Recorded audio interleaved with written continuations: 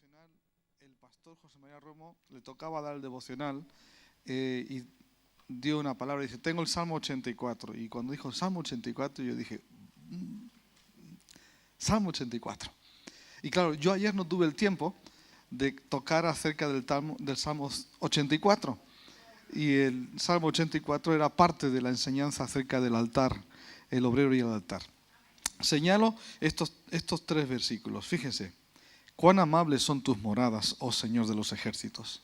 Anhela mi alma y aún ardientemente desea los atrios del Señor. Mi corazón y mi carne cantan al Dios vivo. Aún el gorrión haya casa y la golondrina nido para sí, donde ponga sus polluelos. ¿Dónde? ¿En qué lugar? Cerca de tus altares, oh Señor de los ejércitos, Rey mío y Dios mío. Y luego fíjese lo que dice versículo 10.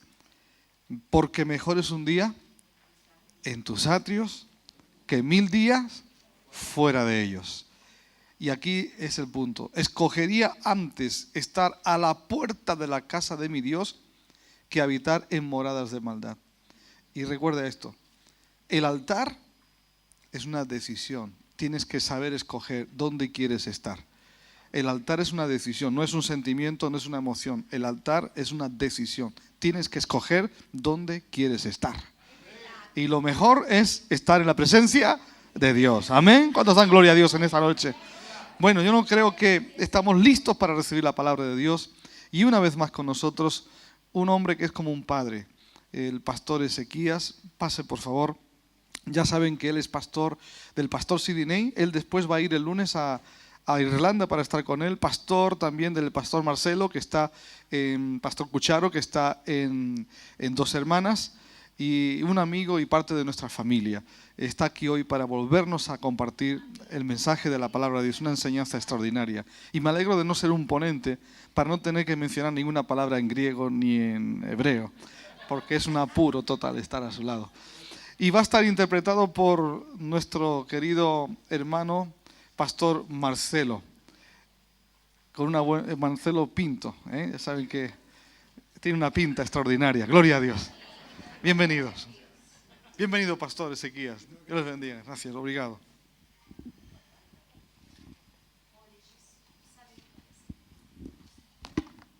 Muito obrigado, pastor Juan Carlos, pela recepção, que sempre lhe foi peculiar.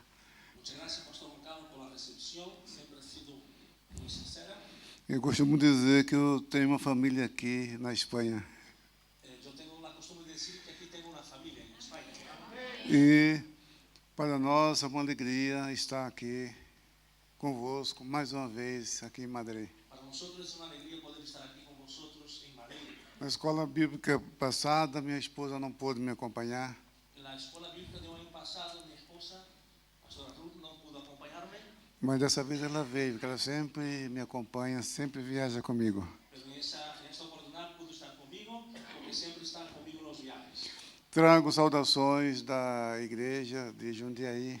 Traigo saludos de nuestra iglesia en Jundiaí, São Paulo. Na verdade, os irmãos gostariam de estar também aqui conosco, convosco, mas isso nem sempre é possível. La verdad que los hermanos de la iglesia me encantaría poder estar aquí con vosotros, pero no siempre es posible. Mas o pastor estando aqui já está representando a igreja. Pero como pastor estoy aquí, estoy representando toda la iglesia.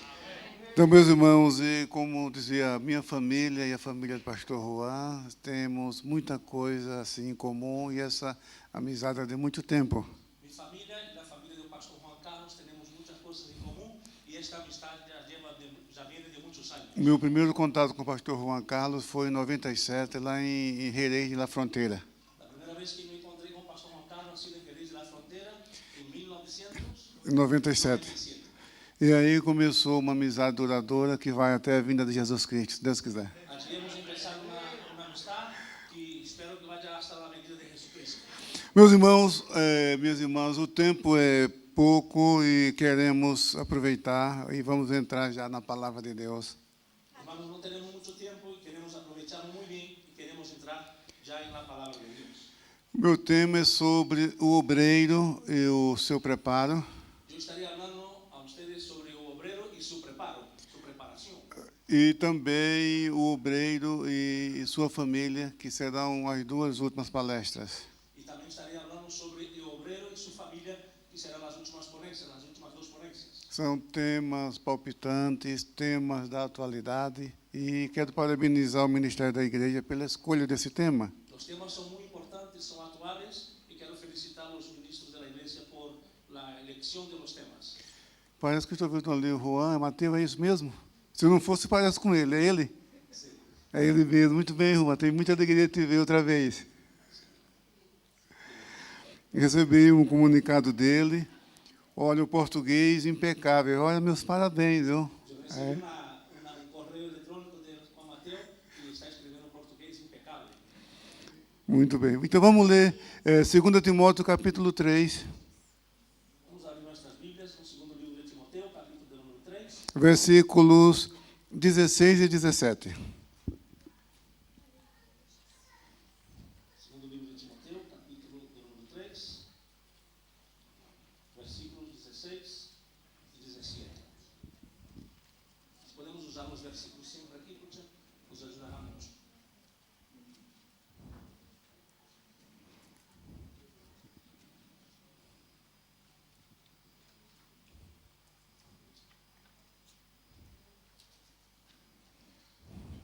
Todas las escrituras es inspirada por Dios y útil para enseñar, para redarguir, para corregir, para instruir en justicia, a fin de que el hombre de Dios sea perfecto, enteramente preparado para toda buena obra. Meus irmãos, todos nós sabemos que a Bíblia é a única revelação de Deus escrita para a humanidade. Nosotros sabemos que la Biblia es la única revelación de Dios para la humanidad. A vida cristã, ela é pautada pela palavra de Deus. La vida cristiana tiene como regla la palabra de Dios. Isso pelo menos em tese, porque em alguns lugares já não se vê mais isto. Por lo menos en tesis, porque en todos los lugares vemos que la Biblia es la regla de fe. Porque há pessoas que não querem se submeter à vontade de Deus Porque existen personas que no quieren someterse a la voluntad de Dios e acham que fugindo da Bíblia vai fugir também de Deus. y creen que huyendo de la Biblia estará huyendo también de Dios.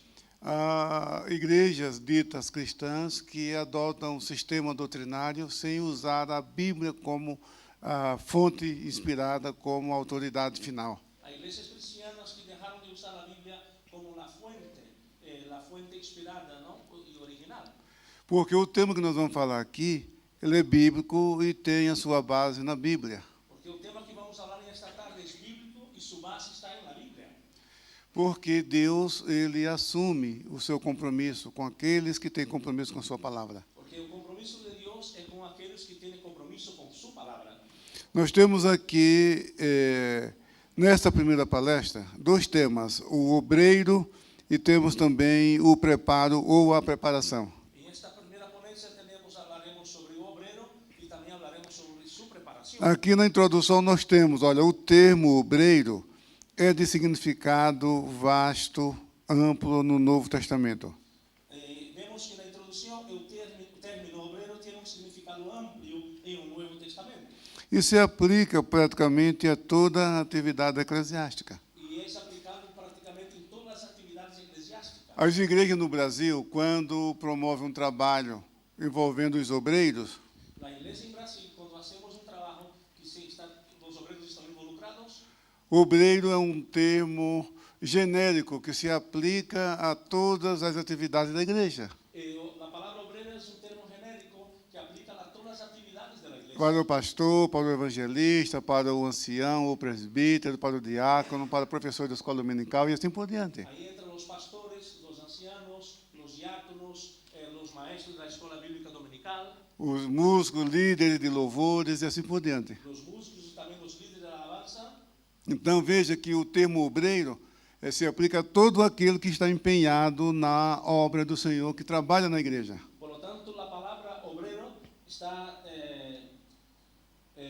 relacionada con todos aquellos que tienen un trabajo y que trabajan para Dios en la iglesia. Por isso que logo na introdução eu coloquei que é um tema vasto, porque isso acontece também no Novo Testamento e vamos mostrar alguns exemplos disso. Por eso que en la introducción yo puse que es un tema Porque se vamos falar sobre o obreiro e a sua preparação, então primeiro vamos saber o que é o obreiro, o significado da figura do obreiro na igreja. Porque si vamos a hablar de obrero y su preparación, primero tenemos que entender cuál es el significado de la palabra obrero y de su involucración en la iglesia. Do obreiro e também da obreira, tanto homem como mulher. Porque cuando hablamos obrero, estamos hablando de obreros y obreras. Então, o primeiro ponto dessa palestra de hoje. Por lo tanto, el primer punto de la ponencia de hoy, E o segundo é sobre a preparação. y el segundo punto será sobre la preparación. E o que vem a ser preparação? Está aqui na introdução. O seu preparo diz respeito à habilidade concedida pelo Espírito Santo para o exercício do ministério. La preparación de obrero implica el conocimiento de la palabra y la experiencia con el Señor Jesucristo con el objetivo de servir a Dios y a su pueblo. A preparação do obreiro envolve o conhecimento da palavra e experiência com o Senhor Jesus Cristo, e o objetivo é servir a Deus e ao seu povo. La preparación, la palabra obrero procura, A preparação do obreiro la preparación de obrero está relacionada con la experiencia con el Señor con el objetivo de servir a Dios y a su pueblo. E diz aqui a palavra de Deus: procura apresentar-te a Deus aprovado, como obreiro que não tem de que se vergonhar e que maneja bem a palavra da verdade. Segundo Timoteo capítulo 2 versículo 15 dice: procura con diligencia presentarse a Dios aprobado como obrero que no tiene que avergonzarse y que usa bien la palabra de verdad. Então, o preparo a preparação é a segunda parte dessa palestra de hoje. Por lo tanto, la preparación, la segunda parte de la ponencia de hoy. Primeiro, a identidade do obreiro, e segundo, o significado da preparação. Primero la identidad de obrero y después el significado de la preparación. Nós temos aqui no tópico primeiro, tem por título Ministro e Ministério. Aquí en el primer punto nosotros hablaremos sobre un ministro y un ministerio.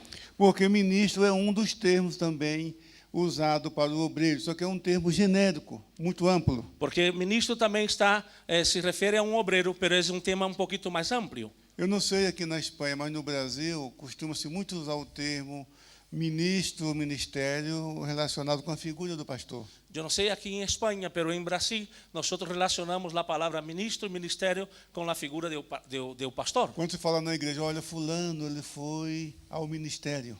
Cuando hablamos en la iglesia que un hermano ha ido a un ministerio, todo mundo entende que ele foi ordenado ao cargo de pastor. todos comprenden que ese hermano ha sido consagrado ao pastorado. Mas na Bíblia, ministro quer dizer servidor, nem sempre significa o pastor. Se aplica também ao pastor, mas não somente a ele. Y en la Biblia, un ministro quiere decir servidor, no solamente se aplica a la figura de un pastor. E aqui eu apresento 3 palavras gregas que é usada para ministro ou ministério. Y aquí yo quiero presentarles 3 palabras gregas que están relacionadas a un ministro y también a un ministerio. Então veja que logo no primeiro tópico, onde está escrito termo abrangente, aqui mostra que é o Senhor Jesus quem prepara e capacita os seus escolhidos. En el primer punto vemos que es Jesús que llama y capacita a las personas que Él elige. Porque não é só o preparo intelectual, não é só o preparo teológico, mas também a experiência com o Senhor Jesus. Por tanto, não é solamente o preparo intelectual, o preparo teológico, sino também das experiências personais com o Senhor Jesus. Nós conhecemos tanta gente de uma capacidade intelectual elevada que no ministério não deu certo, não funciona, porque é Jesus quem chama, é Ele quem prepara. Há muitas pessoas que estão muito bem preparadas de uma maneira intelectual, pero em um ministério não ha funcionado. ¿Por quê? Porque é Jesucristo que chama esta pessoa. Porque a igreja, ela é organismo vivo. Porque a igreja é organismo vivo. E é também ao mesmo tempo uma organização. Pero também é uma instituição. E nos crentes habita o Espírito Santo. E na vida dos crentes habita o Espírito Santo. E o tratamento com ela envolve também o relacionamento com ela. E o cuidado com ela está totalmente involucrado, está relacionado com a relação. Quem está liderando a igreja tem que conhecer a necessidade do rebanho. O líder da igreja necessita conhecer a necessidade do rebanho. Então, é Jesus quem prepara o obreiro, dando a ele essa iluminação. Por lo tanto, es Jesucristo que prepara al obrero, dándole a él esta iluminación para a edificação do corpo de Cristo, como diz a palavra de Deus. para poder edificar el cuerpo de Cristo, como dice su palabra. Aqui, ó, ministério, como eu já disse, é um termo muito abrangente na Bíblia, mas o contexto bíblico diz respeito ao desempenho de um serviço religioso especial. El ministerio es un tema muy amplio, un término muy amplio en la Biblia, pero está totalmente relacionado con O serviço religioso con especial. servicio religioso y un servicio muy especial. É porque o ministério, você vê, até na esfera governamental dos países, aquele assessor imediato do presidente, do primeiro-ministro, do governante, é chamado de ministro. Porque también la parte gubernamental, el ministro también está relacionado con esa persona, la primera persona del presidente. Ele é um servidor do Estado. Él es un servidor del Estado. É um prestador de serviço. Es una persona que presta servicio. Mas aqui, esse prestador de serviço é para Deus e para o seu povo. Y un ministro es un servidor para Dios y para su pueblo. Quem serve a igreja está servindo a Deus. Quien está sirviendo a la iglesia sirve a Dios. Porque a igreja é o seu povo. Porque la iglesia es su pueblo. É a morada do Espírito Santo. Es la morada del Espíritu Santo. E aqui nós encontramos na Bíblia a diversidade de ministérios. Y aquí encontramos en la Biblia una diversidad enorme de 1 ministerios. Coríntios, capítulo 12, versículo 5, diz: e há diversidade de ministérios, mas o Senhor é o mesmo. La Biblia dice en el primer libro de Corintios, capítulo 12, el versículo de número 5. Vamos a leer la palabra de Dios. Versículo 5. Y hay diversidad de ministerios, pero el Señor es el mismo. Então, a diversidade é grande, há muitos trabalhos que nem é possível enumerar, assim como não se pode enumerar os dons espirituais, que o assunto aqui está falando dos dons espirituais, envolve também os dons ministeriais, não é possível enumerar. São muitos, há uma diversidade muito grande. La diversidad es muy grande y no podemos nombrar o numerar, poner números a la diversidad de dones y ministerios. Aqui temos três palavras-chave, três palavras básicas para designar o ministério. Aquí encontramos tres palabras claves para designar el ministerio. Nós temos a palavra hiperetes. La palabra hiperetes, Isso, a outra palavra é leiturgos, de onde vem a palavra liturgia. liturgos, que viene la palabra liturgia, E a palavra diáconos, que é uma palavra conhecida de todos nós. y la palabra diáconos, que es una palabra conocida de todos nosotros. Então, o significado original de hiperetes é de remador, aquele que ficava embaixo do navio remando. Y el significado de esta palabra literalmente es de remador, aquel que estaba bajo un navío remando. Essa palavra aparece 20 vezes no Novo Testamento. Y esta palabra nosotros la encontramos 20 veces en el Nuevo Testamento. E dessas 20 vezes, ela tem 5 significados bem definidos no Novo Testamento. Y en esas 20 veces hay 5 significados bien definidos en el Nuevo Testamento. Olha, uma delas está aqui, é servidor. Aquilo que eu já falei, que um ministro é um servidor. Una de estas palabras es servidor. Por eso que yo he dicho que un ministro es un servidor. Aqui eu coloquei 3 referências bíblicas, na verdade 4, Marcos capítulo 14, versículo 54. Encontramos en Marcos capítulo 14, versículo 54. Que tanto em português como em espanhol, na versão Valera, 1960. de 1960, também está servidor. Servidor. O alguacil. Servidor, alguacil o oficial. Sim, tanto em português como em sim. espanhol. Muito bem.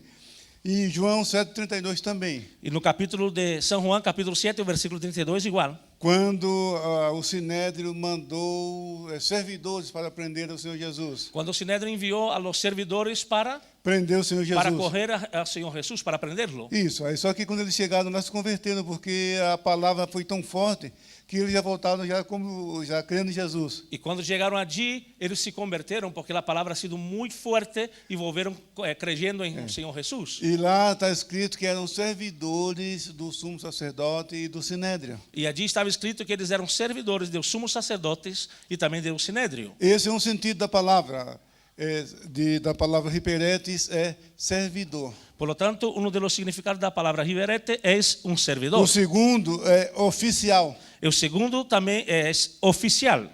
A referência que eu mencionei aqui de Mateus 5:25, O capítulo em São Mateus capítulo 5, versículo 25, que em português está oficial, mas em espanhol está aquela palavra que nós falamos hoje. sim, em português está a palavra oficial e em espanhol está a palavra alguacil. Que significa a mesma coisa, pelo que eu irmão viu no dicionário. Sim, que é visto em outra versão, também há outra versão que diz que é oficial. Seria um servidor Do juiz. do Poder Judiciário, do juiz, né? Sim, seria um servidor do juiz do Poder Judiciário. Então, a mesma palavra, veja só, hiperetes, usada para servidor, Hiperetes, por lo tanto, é usada para servidor, usada para oficial, também é usada para oficial, e aqui usada também para criados. Veja que em Mateus capítulo 26, versículo 58. também é usado como a palavra criado em o capítulo 26, é o versículo número 58 de São Mateus. Vamos ler a palavra, diz: Mas Pedro le seguia de lejos hasta el patio del sumo sacerdote, y entrando se sentó con los alguaciles para ver el fin. Oficial. Oficial. Mesma palavra oficial que aparece em Mateus 5:25. É a mesma palavra que encontramos em Mateus capítulo 5, versículo 25. Muito bem. Agora, nós temos aqui em Atos dos Apóstolos, no capítulo 13, versículo 15, que Marcos, o autor do segundo evangelho, ele é chamado também de hiperetes.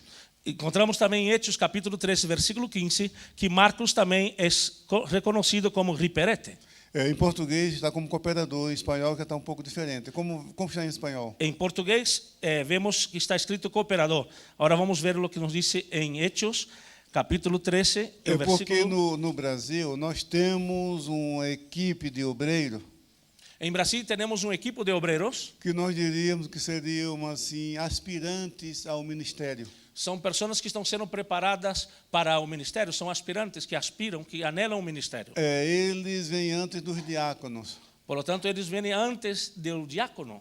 Eles exercem muitas atividades na igreja. Eles fazem muitos trabalhos na igreja. Eles auxiliam diáconos, anciãos, pastores. Eles estão auxiliando os diáconos, os ancianos, os pastores. Eles não têm assim uma atividade definida na igreja. Por lo tanto, sua atividade não é definida na igreja. São professores de escola dominical, são porteiros, são líderes de música e assim por diante. Eles são maestros da escola bíblica dominical, trabalham na porteria da igreja, muitas vezes são músicos. Em algumas partes do Brasil, eles são chamados de auxiliares. Em alguns estados do Brasil, eles são conhecidos como auxiliares. Em outras partes, eles são chamados de trabalhadores. Em outros lugares, de trabalhadores. Em outros lugares, são chamados de cooperadores. Em outros lugares, são chamados de cooperadores. Então, os cooperadores são aqueles que estão iniciando no trabalho de cooperação na igreja. Por lo tanto, os cooperadores são aqueles que estão iniciando nos trabalhos da igreja. E depois dos cooperadores, vêm os diáconos. Allí, depois dos cooperadores, estão os diáconos. E depois dos diáconos, os anciãos ou presbíteros. Depois dos diáconos, vêm os ancianos e também os presbíteros. A hierarquia nas Assembleias de Deus no Brasil funcionam mais ou menos nesse modelo. O liderazgo nas Assembleias de Deus do Brasil funciona segundo esse modelo. Então, os cooperadores são o primeiro estágio na caminhada do ministério. Por lo tanto, os cooperadores estão em o primeiro estágio na caminhada do ministério. Então, quando nós lemos em Atos 13, versículo 5, aqui no material de vocês está versículo 15, mas não é o versículo 5, como diz? Diz a palavra de Deus. Chegados a la Salamina, anunciavam a palavra de Deus em las sinagogas de los judíos e tinham também a Juan de ajudante. Isso, esse João aí é Marcos, é João Marcos. A mãe dele se chamava Maria e na casa dela se reuniam os crentes de Jerusalém. Esse Juan aqui era Juan Marcos, e que vivia em Samaria e em sua casa. Em Jerusalém. Em Jerusalém, perdão. Maria era a mãe dele. Maria era sua madre. Lá em Atos capítulo 12, no versículo 12, quando fala que Pedro quando saiu da prisão, foi à casa de Maria, mãe de Marcos. En capítulo 12, versículo 2 de Hechos, dice cuando Pedro salió de la prisión, ha ido a la casa de María, la madre de E Marcos. os irmãos estavam reunidos ali, orando, intercedendo pelo apóstolo Pedro. Era allí cuando los hermanos estaban intercediendo y orando por el apóstol Então, Pedro. aquela Maria, dona daquela casa que hospedava a igreja, que hospedava os irmãos, Por lo tanto, era esta María que era dueña de la casa que hospedaba a los hermanos. ela é a mãe de João Marcos, que escreveu o segundo evangelho. Ella es la madre de Juan Marcos que escribió el segundo evangelio. E ele fez parte da primeira viagem missionária de Paulo, juntamente com Barnabé, que era seu tio. Juan Marcos ha hecho parte del primer viaje misionero de Pablo junto a Bernabé, que era su tío. Ela estava também principiando a sua carreira ministerial. Ella también estaba empezando su caminada espiritual, ministerial. E ele desapontou o apóstolo Paulo porque voltou do meio do caminho. Ele defraudou un poquito al apóstol Pablo porque volvió en medio del camino. Porque não era fácil enfrentar um mundo tão hostil daquele, só mesmo quem tem uma convicção do seu chamado. Porque no era muy fácil afrontar un mundo hostil en aquella época, solamente las personas que tenían convicción de su llamado. E Marcos até que tinha um chamado divino, mas ainda não era a hora.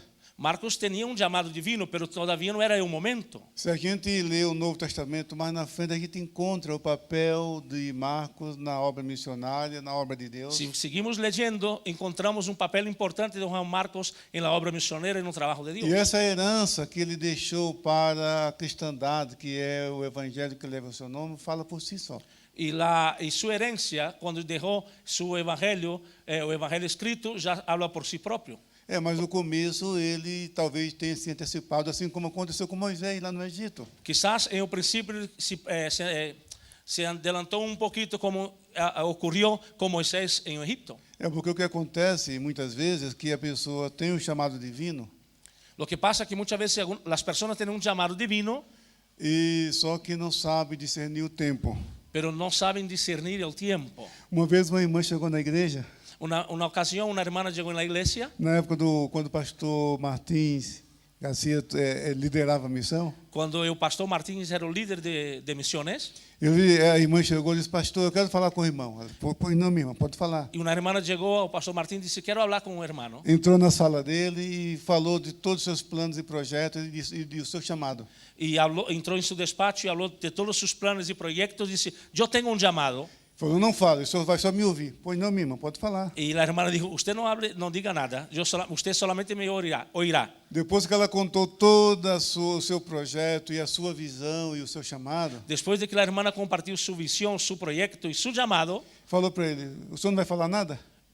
entonces dijo, pastor, ¿usted no va a decir nada? Não, você não falou para eu não falar nada, só para eu ouvir? Estou ouvindo. Y el pastor le dijo, usted me ha dicho que solamente tenía que oírte, no tenía que hablar nada. Solamente Não, estoy oyendo. não, oyendo. eu quero dinheiro para viajar amanhã para colocar em prática o meu projeto. Yo ya quiero viajar mañana para poner en práctica mi proyecto. Mas não é assim que funciona. Pero no es así que funciona. Moisés tinha convicção do seu chamado divino. Moisés tenía convicción que su llamada era E divina. ele sabia que Deus havia colocado naquela posição para libertar o seu povo. Y él sabía que Dios le había puesto en esta posición para liberar su pueblo. Mas ele começou a agir por conta própria no lugar errado e na hora errada. Pero él empezó a actuar de su manera en la hora errada y en un momento equivocado. E isso nos ensina muita coisa hoje também. Y eso también nos enseña muchas cosas hoy. Se Deus falou com você, Si Dios te habló, Ele é fiel, Ele vai cumprir. y como Él es fiel, cumplirá. Ele vai mostrar para a liderança, para o seu pastor, para a pessoa que tem autoridade espiritual sobre a tua vida, para te colocar na posição que ele te prometeu. Primero Él hablará con el liderazgo de su iglesia, con su pastor, para que te ponga en un lugar donde Él te ha prometido. E você pode esperar que a seu tempo Deus faz a obra. Por lo tanto, usted espera, porque a su tiempo Dios obra. E Marcos também era um deles. Marcos tinha a sua vocação, tinha o seu chamado, mas era muito novo, se assustou com realmente o peso da responsabilidade. Marcos era un hombre vocacionado, era un hombre llamado, pero se asustó un poquito con el peso de la responsabilidad. E aquilo é chamado também de reperete, de um cooperador, de um servidor. Y aquí Juan Marcos también es llamado de hiperete, un cooperador, un auxiliar, un Como servidor. que está em espanhol esse versículo? Capítulo 13, versículo 5, ¿no? Sim. De Hechos. Dice, y llegados a Salamina, anunciaba la palabra de Dios en las sinagogas de los judíos. Y tenían también a Juan de ayudante. Ajudante. ajudante, é um auxiliar, um cooperador, está correto, está perfeito. Sí, un ayudante es un auxiliar, un cooperador, está perfecto. A outra palavra que nós temos aqui, o apóstolo Paulo, ele se chama a si mesmo também de hiperetes, em 1 Coríntios 4:1. En primer libro de Corintios, capítulo 4, versículo 1, Pablo también se llama de hiperete, de cooperador. Agora é importante, veja como o apóstolo Paulo se coloca como um servidor. Es importante observar cómo Pablo se pone como un servidor. Vamos ler 1 Coríntios, capítulo 4, versículo 1. Primero libro de Corintios, capítulo 4, versículo 1. Dice la palabra del Señor. La Biblia está nueva y se queda aquí las páginas. Bueno, así pues, tengamos los hombres por servidores de Cristo y administradores de los misterios de Dios. Isso. É importante, interessante, os romanos na antiguidade, Es importante que los romanos en la antigüedad, ele dizia assim, não basta simplesmente ser honesto, mas também precisa parecer honesto. los romanos decían que no sirve como solamente ser honesto, pero Também precisa hay parecer que honesto. parecer honesto. E o apóstolo Paulo usa uma linguagem parecida, similar a isso. Y Pablo está usando un lenguaje muy parecido con esto. Quando ele diz, abstende-vos de toda aparência do mal. Cuando está diciendo que tenemos que abstener de toda la apariencia del mal. É porque o importante não é somente ser, mas também parecer ser. Lo importante no es solamente ser, tiene que parecer ser. Ele diz aqui que é importante que os homens, quer dizer, que as pessoas, que a sociedade, nos reconheçam como um homem de Deus. Pablo está diciendo que es importante que la sociedad nos reconozca como hombre de Dios. Isso é muito importante. Eso es importantísimo. Veja que em 1 Samuel, capítulo 9, versículo 9, No primer libro de Samuel, capítulo 9, relata que Saul estava procurando a jumenta do seu pai. capítulo 9, versículo 9, ¿no? 9. Dice la palabra de Dios. Antiguamente en Israel, cualquiera que iba a consultar a Dios decía así: venid y vamos ao vidente, porque al que hoy se llama profeta, entonces se le llamaba vidente. Mas antes desse versículo, como que diz? Versículo 8. 1 Samuel, sim, capítulo 9, versículo 8. Dice: entonces volvió el criado a responder a Saúl diciendo: he aquí se halla en mi mano la cuarta parte de un ciclo de plata. Esto daré al varón de Dios para que nos declare nuestro camino. Ainda não é o versículo 8, é o versículo 6. Y él le respondió: he aquí ahora hay en esta ciudad un varón de Dios que es hombre insigne, todo lo que él dice acontece sin falta. Vamos pues allá, quizás nos dará algún inicio acerca del objeto por el cual emprendimos nuestro camino. Olha aqui, há na cidade homem de Deus, homem honrado. Está diciendo que hay en la ciudad un hombre de Dios, un hombre honrado. E o homem que tudo quanto ele fala acontece. Y un hombre que todo lo que dice ocurre. Isso se refere a Samuel. Eso está hablando de Samuel.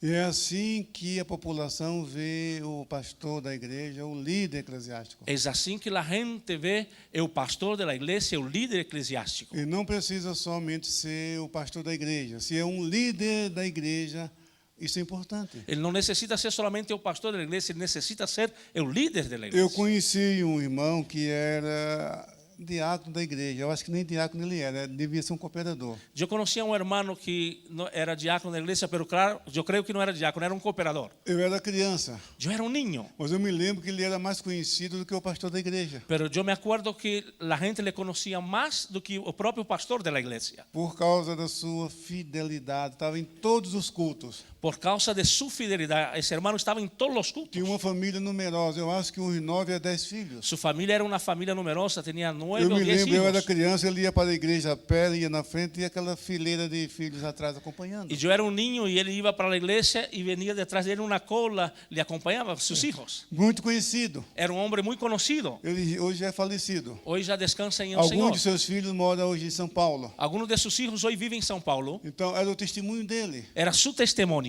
Esse é realmente um servo de Deus, um obreiro, um cooperador. Ese hombre era verdaderamente un siervo de Dios, era un E obrero, un Paulo diz cooperador. assim, olha, que os homens nos considerem ministros de Deus. Y Pablo está diciendo que los hombres nos consideren ministros de Dios. E depois ele diz que cada um se ache fiel, y que cada uno se encuentre fiel como dispenseiro dos mistérios de Deus. como dispensero del ministerio de Dios, de los Nós misterios de tivemos Dios. presidente da República Nosotros hemos tenido un presidente en que, Brasil, em todo o seu discurso à nação, todas las veces que hablaba con la nación, ele dizia: trabalhadores do Brasil, él decía, trabajadores de Brasil, que cada se ache fiel. que cada uno se encuentre fiel. Isso é muito importante. Eso es importante. E aqui o apóstolo Paulo, ele se coloca como também hiperetes. Entonces Pablo está diciendo que él es un riperete. E que a população, que a sociedade também nos considere assim. Y que la población y toda la sociedad también nos reconozca de esta manera.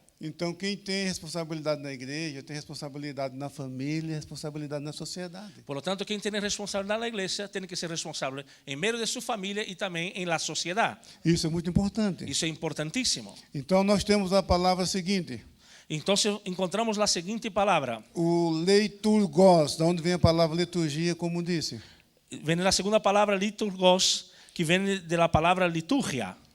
Significa servidor público ou ministro. Significa servidor público o ministro. Só aparece 5 vezes no Novo Testamento. La palabra liturgos solamente aparece 5 veces en el Nuevo Testamento. Se refere ao Senhor Jesus quando em Hebreus 8:2 ele é chamado de ministro do santuário. Está relacionada con el Señor Jesucristo, cuando en Hebreos él es 8:2 reconocido como ministro del É santuario. chamado de leiturgos do santuário. Ele é llamado de liturgos del santuario. E também os anjos em Hebreus 1:7. También los ángeles en Hebreos capítulo 1 versículo Quando 7. fala que os anjos são espíritos ministradores que trabalham em favor daqueles que vão herdar a salvação. Cuando dice que los ángeles son ministros que ministran en favor de aquellos que van a heredar la vida eterna. Então, essa palavra se aplica ao Senhor Jesus, se aplica aos anjos. Por lo tanto, esta palabra, liturgos, se aplica al Señor Jesús y también a los ángeles. E aqui o apóstolo Paulo aplica essa palavra a si mesmo.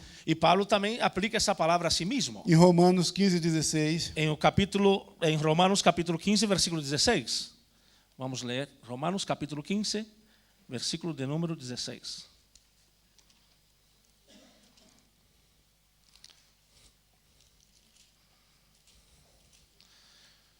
Dice la palabra del Señor.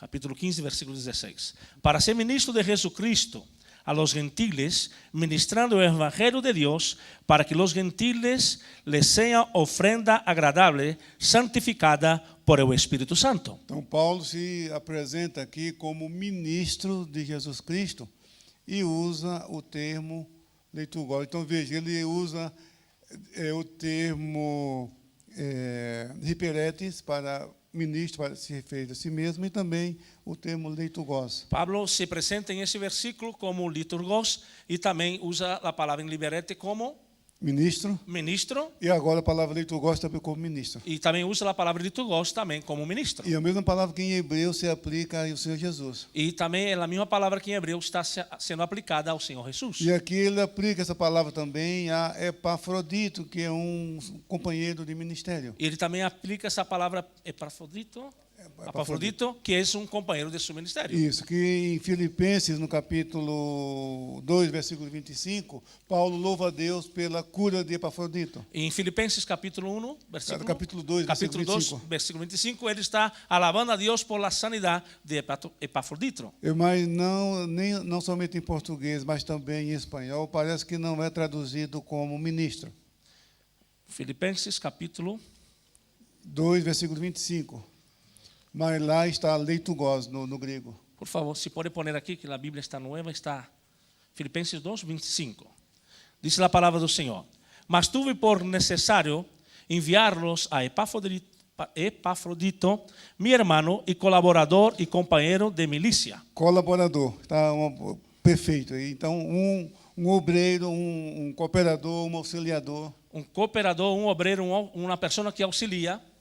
E aqui nós temos finalmente o apóstolo Paulo E aqui encontramos finalmente o apóstolo Pablo aplicando esse termo às autoridades seculares. está falando desse mesmo termo, usando esse termo para aplicar às autoridades seculares. Porque veja que em Romanos, no capítulo 13, Porque encontramos em Romanos capítulo 13, no versículo 4, aparece 2 vezes a palavra ministro. en el versículo de número 4 aparece 2 veces la palabra ministro. Mas ali está a palavra diácono no grego. Pero en el griego la palabra es diácono. Mas no versículo 6 aparece novamente a palavra ministro.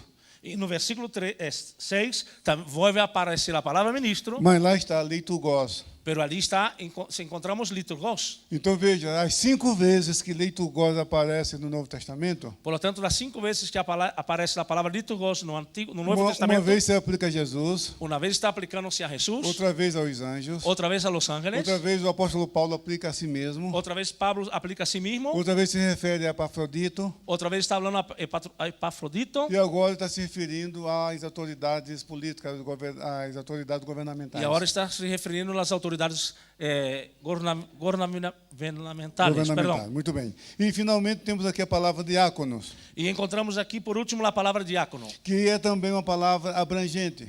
que es una palabra muy amplia. Ela se aplica ao cargo eclesiástico na igreja Ella es aplicada a un cargo eclesiástico en la iglesia e também se aplica de maneira geral como servo, criado e ministro. y también es usada de una manera general como siervo, criado y ministro. Em Marcos capítulo 10, versículo 43, é chamado esse termo diácono, é traduzido como serviçal. En capítulo 10, versículo 43 de São Marcos, es conocido, esta palabra está relacionada a un servicio. Eu acho que em espanhol também está serviçal. Vamos ver como Vamos diz em leer aquí, espanhol. 10:43 de São Marcos. Dice la palabra de Dios: pero no será así entre vosotros, sino el que quiere hacerse grande entre vosotros será vuestro servidor. Está servidor, né? Sim, Em português está serviçal. Muito bem, é a mesma coisa. É usado como serviçal em Marcos 10, 43, ministro com relação às autoridades constituídas, isso que eu já falei em Romanos 13, versículo 4. Está sendo usado em Marcos 10:43, servidor, também com relação às autoridades constituídas, como já é falado em Romanos capítulo 13, versículo 4. Isso, e aqui em Romanos 13, versículo 4, 2 vezes está a palavra diáconos, que é traduzido por ministro. E no Romanos capítulo 13, versículo 4, encontramos a palavra diácono 2 vezes, que é traduzida como ministro. E também quanto às atividades de Jesus no seu ministério terreno, em Romanos 15, versículo 8. E em Romanos capítulo 15, versículo 8, também está relacionado às suas atividades terrenas. E também quanto às atividades apostólicas. E também relacionado às atividades apostólicas. Em 2 Coríntios 5, 18, Paulo diz também que foi feito ministro. Em 2 Coríntios capítulo 5, versículo 18, Paulo também disse que ha sido constituído ministro. Vamos ler então 2 Coríntios 5 e 18. Vamos ler a palavra de Deus. 2 Coríntios 5, 18. Dice a palavra do Senhor: y todo esto proviene de Dios, que nos reconcilió consigo mismo por Cristo y nos dio el ministerio de la reconciliación. Isso. No versículo 18. Y el versículo de número 18. Ese es el versículo, por favor, 18. 5, 18. 5 e 18. Sí. Como diz? Dice, y todo esto proviene de Dios, que nos reconcilió consigo mismo por Cristo y nos dio el ministerio de la reconciliación. O ministério da reconciliação. El ministerio de la Ministério. reconciliación. El ministerio. O ministério é exatamente isso que ele está se referindo a si mesmo, como um ministro de Cristo que trabalha pela reconciliação entre os homens e Deus. Pablo está diciendo que como ministro él trabaja para la reconciliación entre los hombres y Dios. E agora, no 1 Timóteo 4 e 6, quando ele diz, faze a obra de... Cumpre o teu ministério. Primeiro livro de Timoteo, capítulo 4, versículo 6, dice: si esto enseñas a los hermanos, será buen ministro de Jesucristo, nutrido con las palabras de la fe y de la buena doctrina que has seguido. Isso aqui não se aplica só a Timóteo, porque a epístola a Timóteo ela é tida como epístola pastoral. Isso não está solamente aplicado a Timoteo, porque sua epístola está... Perdão, pastor? A epístola é dirigida a Timóteo.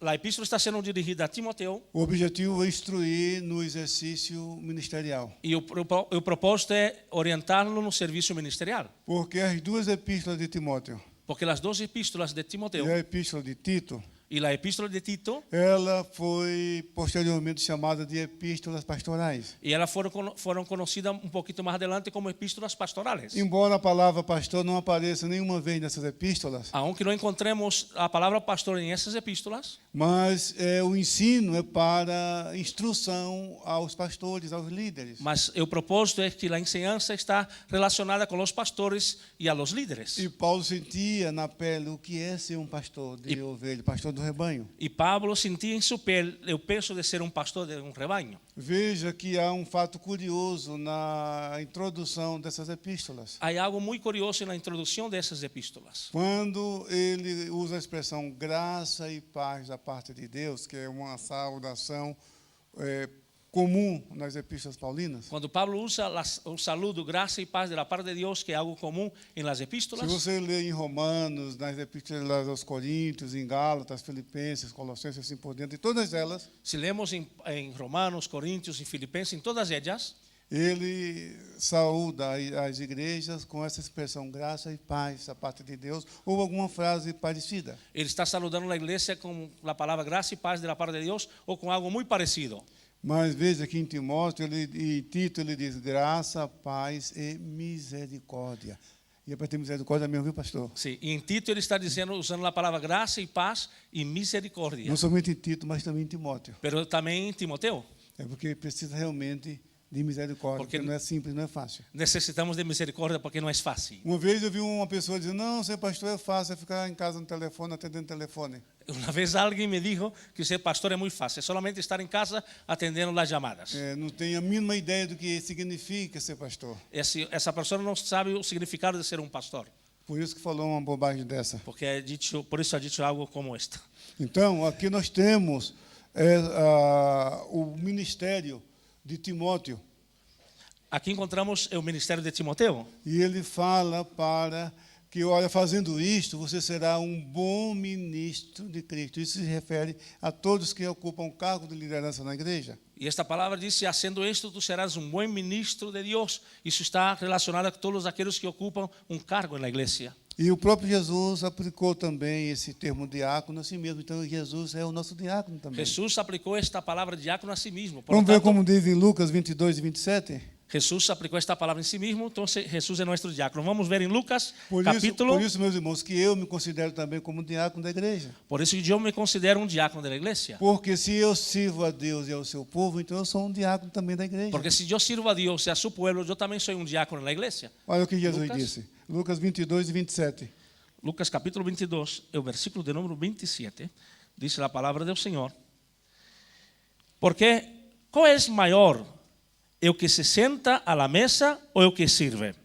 No es el que se sienta a la mesa, mas yo estoy entre vosotros como el que sirve. Isso, como eu, está vendo? Jesus, ele servindo, é um diácono também, é aquele que serve. O diácono é aquele que serve. Jesús en ese momento sirve, por lo tanto es un diácono, porque el diácono es aquel que sirve. Isso. Agora, é claro que a palavra diácono aqui, ele não é um termo técnico, mas é um termo genérico. Esta palabra aquí, diácono, no es un término técnico, sino un término genérico, Isso. Agora, no tópico 2, nós temos os oficiais da igreja. Aqui temos o diácono como um termo técnico. Entonces, no punto de número 2, vemos el diácono como un término técnico. Olha, não encontramos no Novo Testamento uma forma dogmática de governo da igreja que sirva como regra fixa de governo eclesiástico hoje. No encontramos en el Nuevo Testamento una forma dogmática de gobierno de la iglesia para servir como una regla fija de gobierno. Mas com o passar do tempo, a igreja foi se estruturando hierarquicamente, de modo que a igreja de Filipos, ainda nos dias do apóstolo Paulo, já apresentava bispos e diáconos. Con el tiempo la iglesia, su liderazgo ha sido estructurado de manera que la iglesia de Filipos, incluso en los días del apóstol Pablo, ya tenía los obispos y los diáconos. Paulo estabelece regras para a consagração de bispos e diáconos. Y Pablo ahora establece reglas para la consagración de los obispos y también de los diáconos. Um estudo sobre a hierarquia da igreja mostra que isso depende muito de época e lugar. El estudio del liderazgo de la iglesia muestra que depende depende mucho de la época y también del lugar. Parece que os cargos eclesiásticos no período apostólico são dois, bispos e diáconos. Parece que los cargos de la iglesia de la época de la apostólica son los obispos y diáconos. Isso no limiar da história da igreja. Isso quando no princípio da igreja.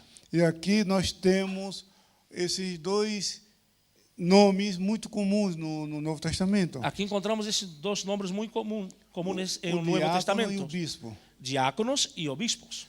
O que é o diácono? Então, quero dizer-lhes o que é o diácono. Nós já vimos todas as possíveis traduções do termo diácono no tópico anterior. Em um tópico anterior, nós já hemos visto todas as traduções da palavra diácono. Agora vamos ver o diácono na igreja. Agora quero ver com vocês o termo diácono em la igreja. Como termo técnico. Como término técnico. Olha, o diaconato é um ministério instituído pelos apóstolos na igreja para servir a Deus e o seu povo. O diaconato é um ministério instituído por los apóstoles em la igreja para servir a Deus e a seu povo. Assim como Deus instituiu os levitas para as atividades sagradas no culto, auxiliando os sacerdotes, da mesma forma, a igreja crescente precisava desses ministros para auxiliarem os apóstolos. Do mesmo modo que Deus instituiu os levitas a las atividades de cultos sagrados em la assistência de los sacerdotes, de la misma maneira, a crescente igreja tinha necessidade de estes ministros para ajudar os apóstolos. Novas situações requerem novas decisões. Por lo tanto, novas situações requerem novas decisões. Porque, irmãos, é interessante entender o seguinte. É muito importante que entendamos o seguinte. Quando o pai ensina os filhos no seu dia a dia as coisas corretas, a vida como ela deve ser. Quando os padres ensinam a seus filhos o dia a dia, as coisas como têm que ser. Os pais cristãos, principalmente, ensinam tudo que é correto para os filhos. Os padres creyentes têm que ensinar todo o que é correto a seus Mostra filhos. o que é certo e o que é errado e o caminho que ele deve seguir. Ensina o que é certo, o que está mal e o caminho que tem que seguir. Essa criança vai crescendo. E esse ninho começa a crescer.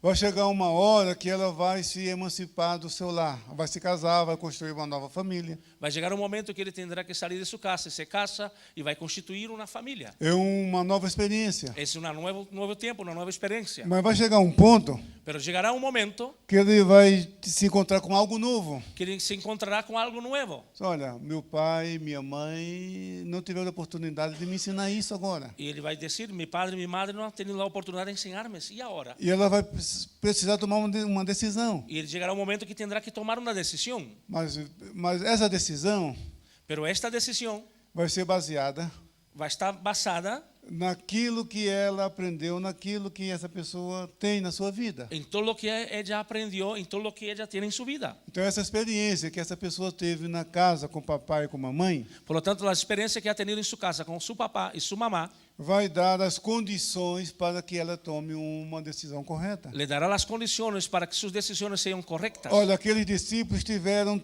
3 anos e meio com o Senhor Jesus. Os discípulos han estado com Jesus durante 3 anos e meio. E a Bíblia diz que depois que Jesus ressuscitou, esteve 40 dias com ele em reuniões reservadas. E a Bíblia diz que depois que Jesus ressuscitou, ele estuvo 40 dias com os discípulos em reuniões reservadas. Não sabemos o conteúdo desse diálogo de Jesus com os seus discípulos. Não sabemos o conteúdo desse diálogo de Jesus e os discípulos. Lá em Atos capítulo 1, nos primeiros versículos, diz que ele esteve 40 dias falando a respeito do reino de Deus, só isso. Em Hechos capítulo 1, diz que durante 40 dias Jesus estuvo falando sobre o reino de Deus. Será que Jesus colocou um mapa diante dele, dizendo, olha, vocês vão começar no dia do Pentecostes, com a descida do Espírito Santo? Será que o Senhor Jesus pôs um mapa e começou a dizer-lhe que vocês vão começar em dia de Pentecostes, quando o Espírito Santo descenda?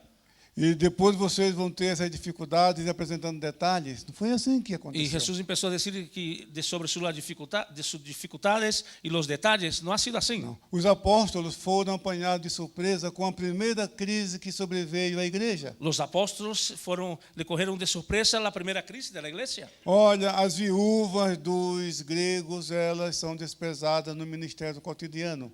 As viúvas de los gregos estão sendo despreciadas no ministério do dia a dia. Olha, as viúvas dos hebreus, elas levam vantagem no servir as mesas. E as viúvas de los hebreus estão levando uma vantagem na hora de servir a mesa. Uma leitura superficial dá a impressão que foi uma coisa simples, mas não foi não. una lectura superficial parece que ha sido algo muy simple, pero no ha sido. Não chamou a atenção dos apóstolos e ele convocou uma Assembleia Geral Extraordinária. Y llamó la atención de los apóstoles y ellos convocaron una asamblea general. Isso, olha, temos que resolver um problema, nós não podemos cuidar disso, nosso chamado é outro. Tenemos que arreglar ese tema. Nuestro llamado no es, tenemos que arreglarlo. Mas isso é obra de Deus também. Pero si también es obra de Dios. A obra de Deus não é somente pregar e orar e cantar, não. Tem muito trabalho na igreja que é obra de Deus também. La obra de Dios no es solamente predicar y orar y otros trabajos en la iglesia Olha, también. vocês vão escolher 7 homens cheios do Espírito Santo, de boa reputação, cheios de sabedoria. Usted tiene que apartar a 7 hombres de Dios llenos de Espíritu Santo, de buena reputación y llenos de sabiduría. E eles servem as mesas e nós continuamos no ministério da oração e da palavra. Y ellos servirán las mesas y nosotros seguiremos el ministerio de la palabra. Então veja que era um trabalho importante também, o trabalho dos diáconos na igreja é de grande importância. Eso que el trabajo del diácono en la iglesia es de muy grande importancia. E os requisitos deles é cheio do Espírito Santo, de boa reputação, de bom testemunho. Y ellos tienen que ser llenos del Espíritu Santo, de buena reputación y de un buen testimonio. Foi assim que o ministério diaconal foi instituído na igreja. Así instituyeron el ministerio de diácono en la iglesia. E aqui, meus irmãos, nós vamos encerrar já esse tópico e vamos continuar amanhã. Mas nesse tópico nós temos ainda falando da atividade dos diáconos. Aquí en ese tópico ya vamos terminando, vamos seguir mañana, pero aquí habla algo sobre las actividades del diácono. Inicialmente eles foram separados para servirem às mesas.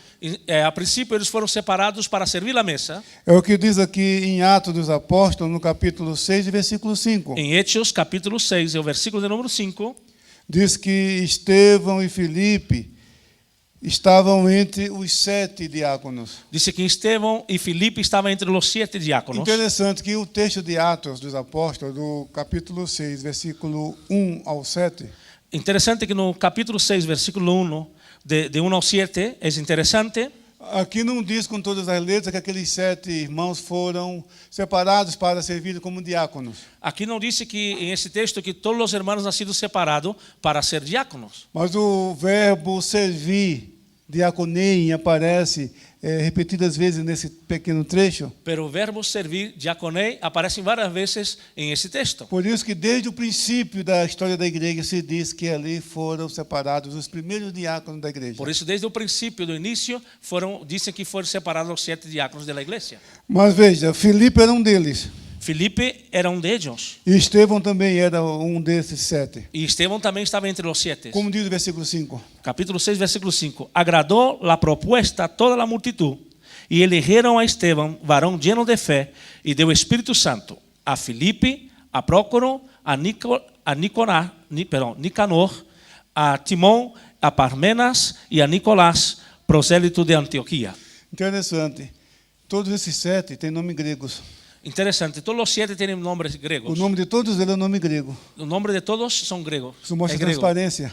Hay una transparencia. Porque se as viúvas dos gregos eram vítimas, eram passadas para trás na distribuição da mesa, Porque si las viudas de los griegos eran víctimas y las dejaron para atrás cuando repartían en la mesa, e agora veja que nenhum hebreu foi colocado nesse cargo para servir as mesas. interesante que ningún hebreo ha sido puesto para servir la mesa. Isso mostra que não havia nele espírito de vingança nem de revanche. Eso demuestra que no había venganza, espíritu de venganza en ellos. Agora, esses homens de origem grega iam servir as mesas às viúvas do seu próprio povo. Por lo tanto, esos hombres que eran griegos iban a servir las viudas de su pueblo. Os gregos aqui não são gentios, viu, meus irmãos? São os judeus que vieram das nações. Los griegos aquí no son gentiles, son judíos que vinieron de las naciones. Porque o hebreu naquela época era o judeu nascido em Eretz Israel. O hebreo de ese tiempo eran los judíos nacidos en Israel, Na terra de Israel. en la né? tierra de Israel. Isso. E os judeus das nações eram chamados muitas vezes de gregos. Y los judíos de las naciones muchas veces eran conocidos como griegos, Porque o grego que nós encontramos no Novo Testamento muitas vezes se aplica aos gentios. porque el griego que encontramos no Nuevo Testamento muchas veces es aplicado a los gentiles. Mas às vezes os gregos também se referem aos judeus que nasceram na diáspora das nações. Pero también los griegos en algunas ocasiones fueron los judíos que nacieron en la diáspora. E no dia do Pentecoste, tanto os judeus das diásporas como os hebreus nascidos em Israel estavam em Jerusalém no dia do Pentecostes. Y en el día de Pentecostés los dos estaban reunidos en ese día. E aquelas 3.000 almas que se converteram ali na pregação de Pedro no dia de Pentecostes, Y las 3.000 personas que se convirtieron con la predicación de Pedro, ali estavam os hebreus e ali estavam também os judeus da diáspora, os gregos. ahí estaban los hebreos y también los judíos de la diáspora. E havia uma tensão cultural entre eles. Y había una tensión cultural entre ellos. Os de Israel diziam, não, nós somos conservadores. Israel hoy dice que nosotros somos conservadores. E olhavam com suspeita os judeus que eram, hoje eles chamam de judeus assimilados. Y no miraban muy bien los judíos que hoy son conocidos como judíos asimilados. É, porque mantém a tradição de Moisés, a tradição do seu povo, mas tem alguma coisa das nações. Porque ellos mantienen la tradición de Moisés, pero también algunas cosas de las naciones. E isso estava trazendo problema na igreja. Y eso está generando problemas en la iglesia. Agora aqui nós temos, irmão, para encerrar, nós temos Estevão pregando em Atos capítulo 7, aquele discurso longo e bonito. Y nosotros, para terminar, encontramos Esteban no capítulo 7 predicando ese discurso tan lindo. E Filipe pregando em Samaria. Y Filipe predicando en Samaria. E ele batizou o eunuco da rainha da Etiópia. Y Filipe bautizó el eunuco de la reina de Etiopía. Veja, aquele irmão De la reina. que foi separado para diácono já estava pregando em Samaria e batizando. Y Filipe, cuando ha sido separado como diácono, ya estaba predicando en Samaria y bautizando. Então a gente observa que esses irmãos que serviam como diáconos, eles tinham liberdade de servir no reino de Deus. Por lo tanto, observamos que esses hermanos que han sido separados como diáconos tenían libertad para servir en el reino de E Dios. amanhã, meus irmãos, a gente continua falando. Eu quero falar também sobre as diaconisas e sobre o papel do bispo, o papel do presbítero e a importância do ensino na igreja. Mañana seguiremos hablando sobre las diaconisas, hablaremos sobre el obispo, sobre el presbítero O presbítero, y en la enseñanza de la iglesia. O papel importante. o ensino, o preparo, né? Nós falamos hoje do obreiro e amanhã queremos falar da preparação do obreiro. Hoy hemos hablado sobre los obreros y mañana hablaremos sobre la preparación de los obreros. Foi me dado 50 minutos, eu não marquei a hora, mas eu acho que falei mais ou menos isso. Isso mesmo, né? Então, muito obrigado, Deus abençoe a todos. Dios les bendiga. Muchas gracias. Un intervalo, hermanos, nosotros vamos a tener un intervalo de 10 minutos. Pase por la cafetería, ¿no? Sea un obrero de valor, pase por allí, tome su cafelito, su agüita. Y dentro de 10 minutos, por favor, regresamos porque tenemos un tema muy importante para seguir adelante.